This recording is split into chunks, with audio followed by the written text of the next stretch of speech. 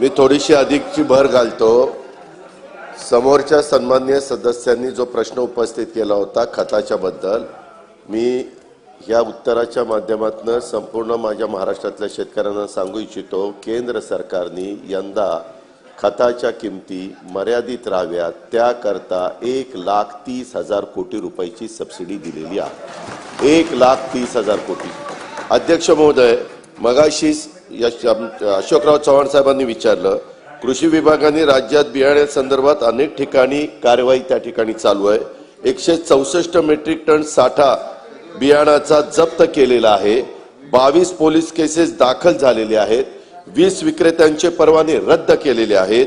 105 विक्रेत्यांचे परवाने निलंबित करण्यात आलेले आहेत आणि खताच्या संदर्भात गुण नियंत्रण विभागाने 190 टन साठा जप्त केलेला आहे। या अनुषंगाने 13 पोलीस केसेस दाखल केलेले आहेत।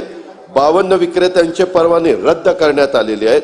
210 विक्रेत्यांचे परवाने निलंबित करण्यात आलेले आहेत। अध्यक्ष महोदय, या उपर मागच्या कॅबिनेटला मुख्यमंत्र्यांच्या अध्यक्षतेखाली जी बैठक झाली त्यामध्ये कृषी मंत्री, महसूल मंत्री, ग्रामविकास मंत्री, पाणी पुरवठा मंत्री अशी एक कमिटी केलेली आहे। कारण मागचे जे कायदे आहेत त्याच्यामध्ये जर काही खतामध्ये गडबड केली, शेतकऱ्यांचं नुकसान केलं, बियाणं बोगस आलं तर त्यांना शिक्षा ही जेवढी कठीणात कठीण व्हायला पाहिजे तशी नाहीये।